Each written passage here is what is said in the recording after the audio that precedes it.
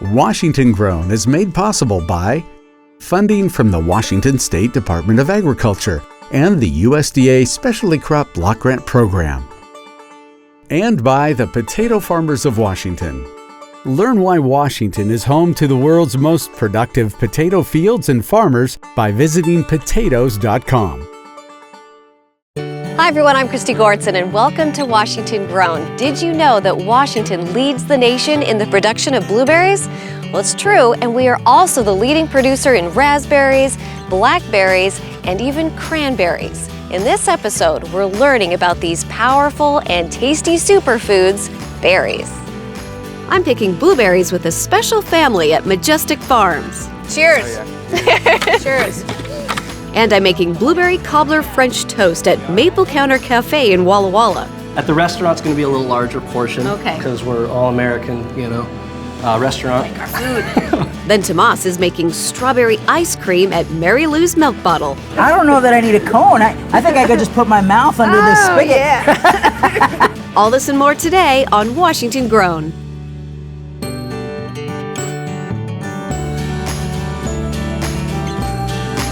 It's a flavorcation for your mouth. Flavorcation. I'm just gonna hold on. You got a long ways to go. Let's okay, go. Sorry. I know. Get with it. You were not kidding about a party of flavors. Wait a minute, where are all my pears? Eat two, pick one. Exactly. I'm gonna stick around a while. We're changing hearts tonight. Yes, we are. Wow, I got work to do. Yeah, you do. All right, let's go.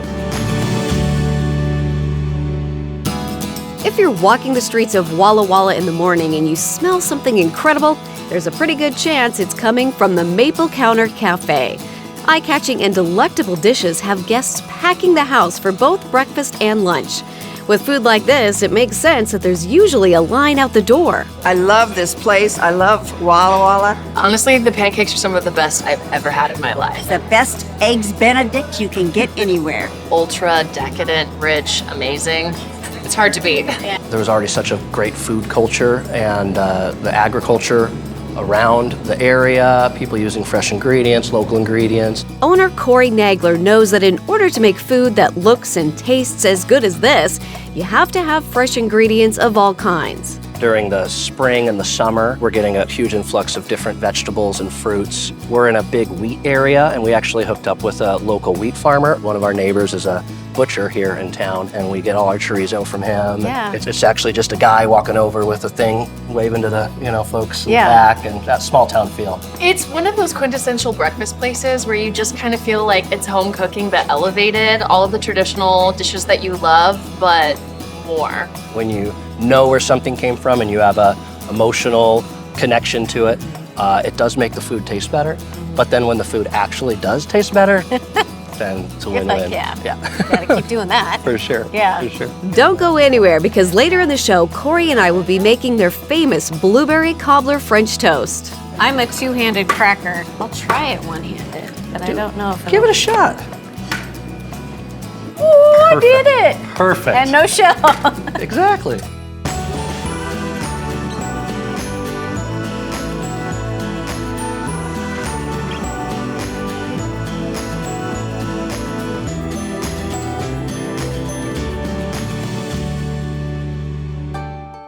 For many people, their first experience in agriculture starts at a U-Pick farm.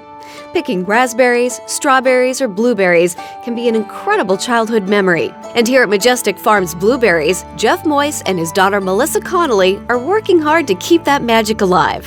Is it fun for you to have the whole family and the grandkids? Yeah, there's really joy. Yes, it's quite a true blessing. The first year, give all the grandkids their first paycheck, and it was really fun. I love being able to work all summer with my kids. I've got 3, my brother's got 1 out here, so having the 4 grandkids, out here and watching them grow, throughout all of these seasons has been fun. As a kid, Melissa worked at this very farm picking blueberries. One day, her dad noticed it was for sale. I'm driving down the road to our driveway, and I go, let's buy the blueberry farm. Let's try to do this. I tell everybody, I'm like, I don't know what happened. Like, my dad had a job, and he was like gonna retire soon, like our family home. And then one day, just woke up and was like, I want to be a blueberry farmer. I was really excited about it. It's definitely nostalgic, but it was $1 a bucket. At 10, 11 years old, it was like, well, this is boring, you know, like we don't want to do this all day, you know. Now on the flip side, like this is a lot more fun. This is just interacting with the customers, and they come back every year and they know you, and you get to see their kids grow up. And then hire the kids. And Yeah, exactly. I do tell little ones, they come with their buckets, I'm like, you come back and see me in 10 years, you know, when you're bigger. He looks like security over here. Yeah. He's got his glasses and his...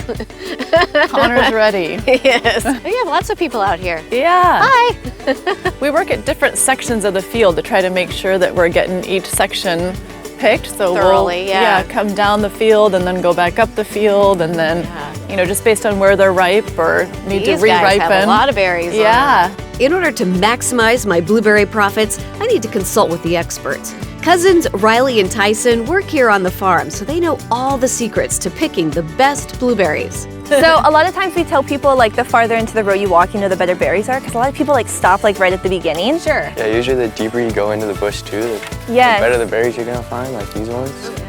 Yeah, if they're harder to reach, they're going to be better berries, you know, because some people like just to like pick at the front, and then obviously, I mean, it's blueberries. If they're blue, they're ripe, you know. What is the ratio of picked blueberries to eaten blueberries usually? Again, probably depends on the person. There's probably a little bit more ate than picked. Some people are like, you should like weigh me like before and after to like see how many I eat. There you go. The older people, I feel like, eat more than the little kids that come in, so. Time for a little challenge. Whoever can pick the most blueberries wins. I don't want this one. I want this one down. I want like... Go for it. Set, go. All the ones you pick are going to be green. Yeah. Why do you have a bucket full of green ones over there? Being rather picky, actually, on mine. 5, 4. What? No, no, no! 1. Yeah, I think I won that for sure, y'all. That was for sure on me. What's up with you? What's up with you guys? We got this easy. Yeah, show off. I feel like you cheated. Okay. Okay, I have to be honest though, yours are red and stemmy. Yeah. It just... I told you they were all going to be like that. I don't have very many, but I got did. a big one. I think I win the prize for the Yes. biggest one. Oh, yeah. That's impressive. So you guys don't have any fun. No, not at all. Nothing Well, thank to do. you. Cheers. Cheers. Here in Spokane, there's an iconic landmark in the Garland District that celebrates a long legacy of Washington dairy products. Mary Lou's Milk Bottle has had quite the history, but today it's known for its award-winning homemade ice cream. I'm meeting up with Chris Ritchie to learn a little bit more and perhaps indulge a little. This is the magic maker, right? It's a really old machine from the 70s. And we start with 2.5 gallons of cream. Oh my goodness. Isn't that beautiful? Good cows. Good cows, Good cows, farmers. good cream, good ice cream. We add cream, a strawberry puree, and some Washington-grown strawberries and let the machine work its magic. While the ice cream is freezing and getting ready, we're gonna make the cones, right? Yeah, we can make some cones. The secret ingredient to delicious cones? Flour from Washington wheat and good technique. Yeah. Gently peel it up. There, you did it. And then just turn it like so. Well, that's gonna be delicious. And then we just kind of hold it for a second. Look at you. My You first did waffle cone. it. Check It's that out. Perfect. How long have you been making ice cream? Since 1991. I feel like you're getting a lot of joy out of this. Oh, I love it. You make everybody happy. And after a few minutes, the ice cream is ready. So we gotta fill 2 buckets. Yeah. Okay. So just pull it out. Does that look good? Oh man. But we could put some soft serve in a cone for you. I don't know that I need a cone. I think I could just put my mouth under this spigot. Yeah. Can you guys see that at home? Like that? That is just real strawberry ice cream. Ooh, I don't have a scooper, but that looks good. Hey, you know what? That's all right. It doesn't get any fresher than that. You're making the ice cream here, bringing it to the milk bottle to sell to customers, but then you're also selling it to restaurants and places from here. We do have about 15 or so restaurants that take our ice cream every week. We sell in Idaho. They like Washington cows better. Don't tell anybody. It's scratch made. You know where it's coming from. You know where it's coming from. I can see you get a lot of joy out of it, and that's cool because you can taste it in the final product. Yeah. If it's not what you like, you just add more strawberries or whatever. You know, make it good. Well, keep doing it. Thank you. It's I'll awesome. do Thank so. you. Thank you. How many pounds of blueberries does a bush yield in a season? I'll have the answer for you right after the break. Coming up, I'm making blueberry cobbler French toast at Maple Counter Cafe.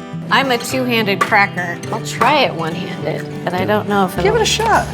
Oh, I did it! Perfect. And no shell. And we're learning about Tomasa's camping adventure making Campfire Cobbler. Each of these bushes can yield up to 30 to 40 pounds of blueberries in a season. That's a lot of blueberries. That is a lot of blueberries. We're back at Maple Counter Cafe in Walla Walla. Incredible food paired with decor that makes you feel like you're at Grandma's house makes this a popular spot for anyone who's ready for a good meal.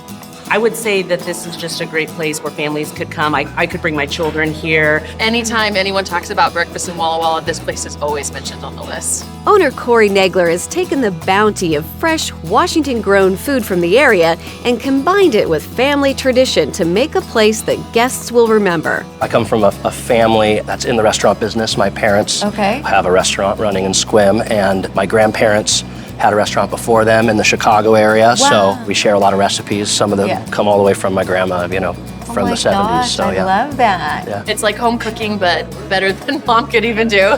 They make you feel really welcome, but the food is absolutely delicious. And it's ginormous. It was delicious. Our apple pancake is very large. It's over 3 inches tall and close to maybe 11 inches in diameter. Wow. Comes out of the oven, we actually ring a bell when we serve it, and then our blueberry cobbler French toast is probably one of the most popular items that we have. What are we gonna make today? I'm gonna make our blueberry cobbler French toast. I was hoping you'd say that. Oh, it's gonna be that fun. sounds amazing. Well, I can't wait to do it. Okay. This is sort of a hybrid of what I'd say is a cobbler crumble crisp. Yum. All those aspects in one. And since it's served fresh in the form of French toast, it's very similar to eating cobbler fresh out of the oven. Okay, yeah, you have my heart. You have my heart. Well, I can help you. Let's do it, But okay. I'm a two-handed cracker. I'll try it one-handed, but I don't know if Give it a shot. Oh, I did it! Perfect. And no shell. Exactly. We add some heavy cream, vanilla extract, and fresh ground nutmeg, and then whisk it up. Pour some over here, and we're just gonna wanna make sure that that bread is totally covered. I like to bring a little tail of the batter in there. It kind of gives it this homemade look. Yeah. For a restaurant, that's important. Is And important. when does this come in? So this is a critical point right here. So we're gonna put some of this now on the top. Quickly flip. There you go. There we go. Get a little help Sounds with the good, hand yeah. there. We're gonna serve look that, at that looks facing so up. good. Nice caramelization there. We're gonna do what would be a half-size French toast. At the restaurant, it's gonna be a little larger portion because we're all American, you know, restaurant. The critical ingredient here, the blueberries. You can use as many or as little. I recommend many. Many. I like how we're showcasing the fresh blueberries with this. I mean, they're just so delicious. This is blueberry compote. It's made with just fresh berries and sugar, and you just cook them down. Just cook it down. Try and get a look at nice, how pretty that is. pretty color. Love it. This is my favorite part This with is the French best toast at home too. It's I so get to good. do the It's not French toast without it, in my opinion. powdered sugar. Okay, I so agree. just over the top. Yep. I say I think that's pretty perfect. good. Finish it off, and I really like to do this last because it's the most visible if you put it on after. The, That's beautiful. Gonna be a messy bite. All right. Yeah, right? Let's go for it. This tastes like a lazy Sunday morning. Really, this is sort of a melding of the 3 desserts, a cobbler, a crisp, and a crumble. Since it's French toast, you have this really fresh, warm bread aspect. Every time you make it, you get a fresh out of the oven experience. It's all about the blueberries All about today. the blueberries. This is delicious. Thank you so much. Thank you. Yeah. I really appreciate it. To get the recipe for Maple Counter Cafe's Blueberry Cobbler French Toast, visit us at wagrown.com. Farming isn't an easy job, and it certainly isn't something that one person can do by themselves. It takes many dedicated hands to get produce from seed to our plates. But farming is facing a labor shortage. Without people to harvest, thousands of pounds of food can't get picked, leaving it to rot in fields. Growers that are able to have turned to technology to make sure their hard work doesn't go to waste. But some farmers, like Lou Kamada, have crops that are too sensitive for mechanical harvesting. More people are doing mechanical harvesting because it's been harder and harder to find workers. In other onion growing areas, they have machines that will harvest all their onions. And then the onions can hold up to that. They hold up. They're a little abuse. bit. Yeah, they're a little bit harder. They're a little bit thicker skinned. Where ours are a little bit more. You got to be a little bit more gentle with them. I think in the long run, we'll always need some people to always be hand harvesting the crop. So your workforce here, pretty important. Yeah, they are very important. Without the people that we have working here, we couldn't do this on our own. For their part, growers are making sure that their workers are well taken care of in many different ways.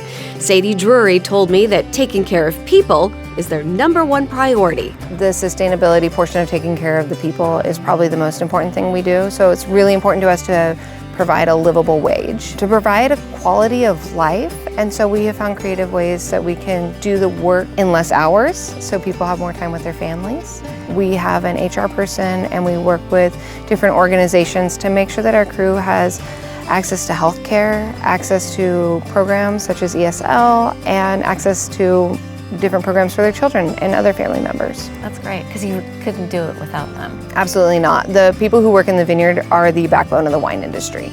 I don't think they get enough credit. In the end, present-day farming is trying to find a balance with a dwindling number of people that are willing to work in the fields and the advancements in technology. Farmers like Travis Meacham are trying to make things work.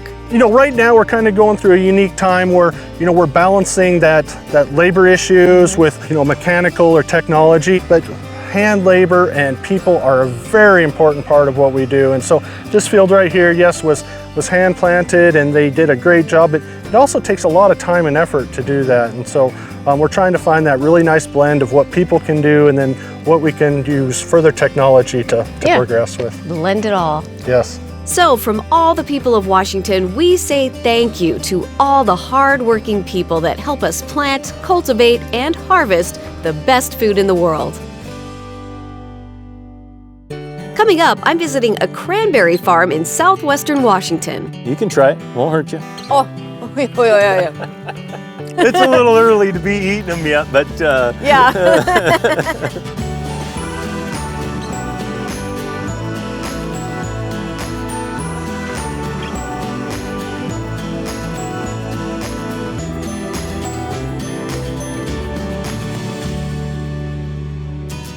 Way down in southwestern Washington, farming looks a little different than it does in the Columbia Basin. With so much water, it's the perfect spot to grow crops like cranberries.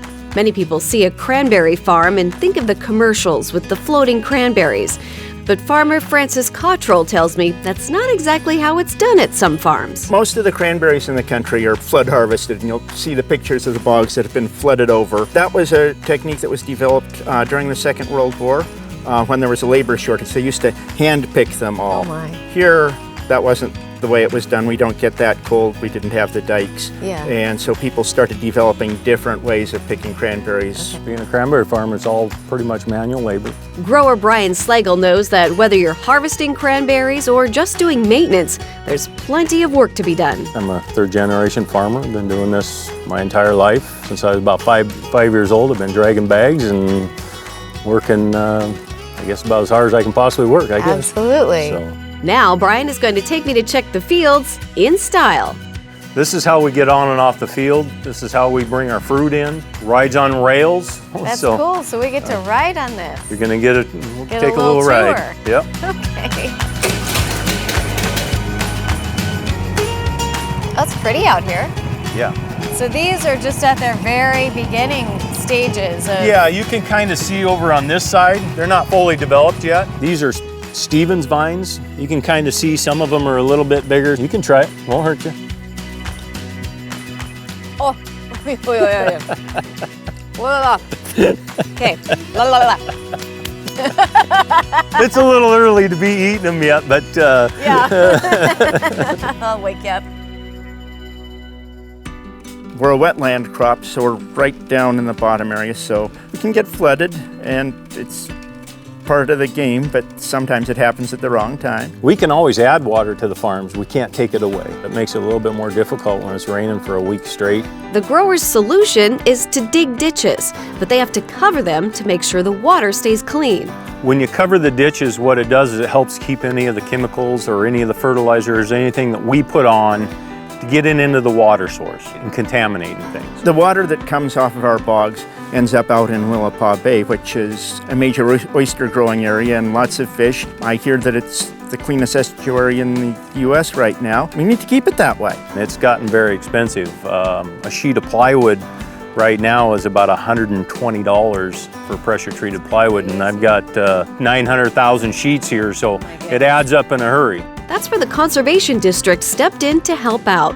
Lorenza and Alexander worked for the Pacific Conservation District. They provided financial assistance to make sure the ditches had fresh, pressure-treated wood over the top. Because we're a voluntary organization, we only take on people who want to work with us. We can actually work with the farmers and with the landowners for what actually works best for them that is still a good practice on the ground. We help provide funding for this because this is a very expensive project. Because it's sitting in water, we don't want it to rot and we want this to last. Oh, the Conservation District's awesome. I mean, they fund us for cribbing projects, which is the ditches that we do and the covering that we do. It's just great because everything's so expensive anymore. That funding makes a big difference. Our farmers, our producers, they're the lifeblood of our county, you know, and so if we're able to support their practices while also ensuring that the natural world around them is taken care of as well, that's really the win-win. We're trying to operate in that sweet spot of that win-win.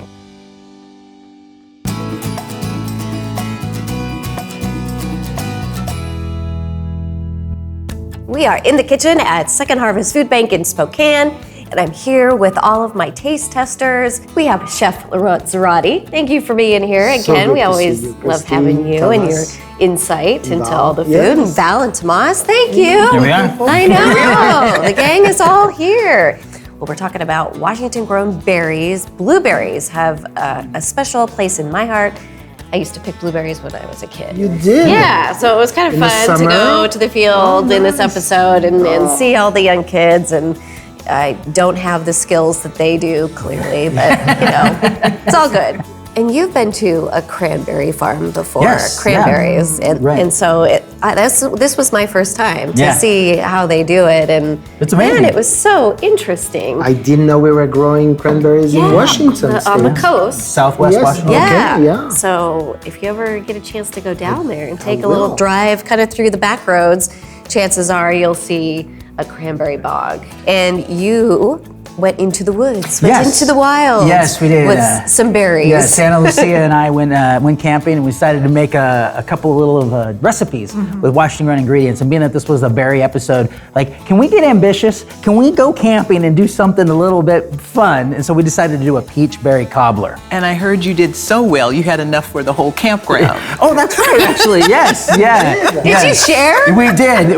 We had you'll see it here in just a little bit. It ends up being a really big serving, and there was some campers on the other side of us, and we're like, I didn't want to toss them out. And they started to smell. Yeah. So we went over there, took some bowls of the cobbler, and they loved it. They were just like, well, this is so cool. That's we told them awesome. about the show and everything, and so they were really excited to have it. And it was fun to be able to spread a little bit of that joy, to other people. Washington-grown love. So long as it's not bears. Right, yeah. I'm sure the bears would have loved it too. Oh, yeah. Well, let's take a look and see your adventure.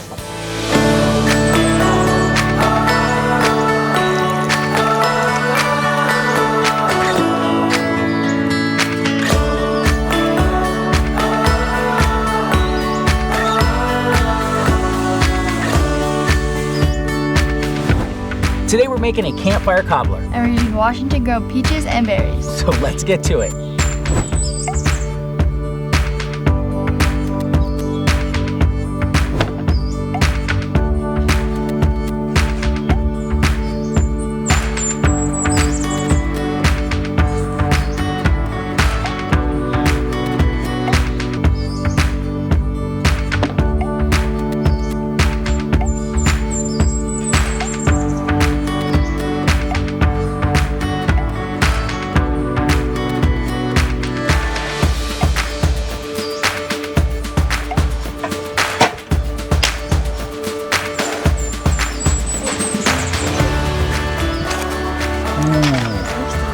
Delicious. Cheers. That's so good. Wow. Oh my gosh. That's so good. Wow.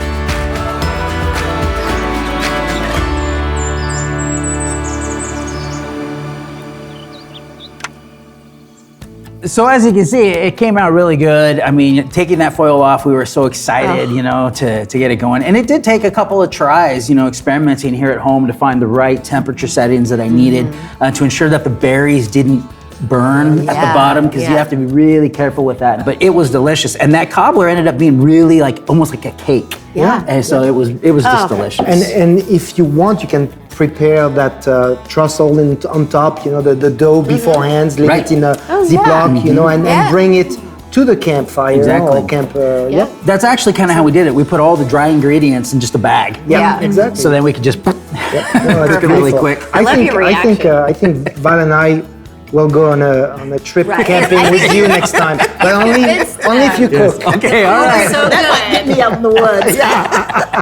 They might be willing. Yeah. We'll try. And I love the reaction when you guys were eating it for the first time. You're like, wow, this is really good. Yeah, it was. That's It was so delicious. awesome. Yeah. Well, thank you for sharing. My pleasure. Thank you, Thomas. Good way to use those Washington berries. Beautiful. Yeah. To get this recipe for Campfire Cobbler, visit us at wagrown.com. Whether you enjoy them fresh, frozen, or canned, Washington berries are packed with some of the best nutrition and taste you'll ever find. That's it for this episode of Washington Grown. We'll see you next time.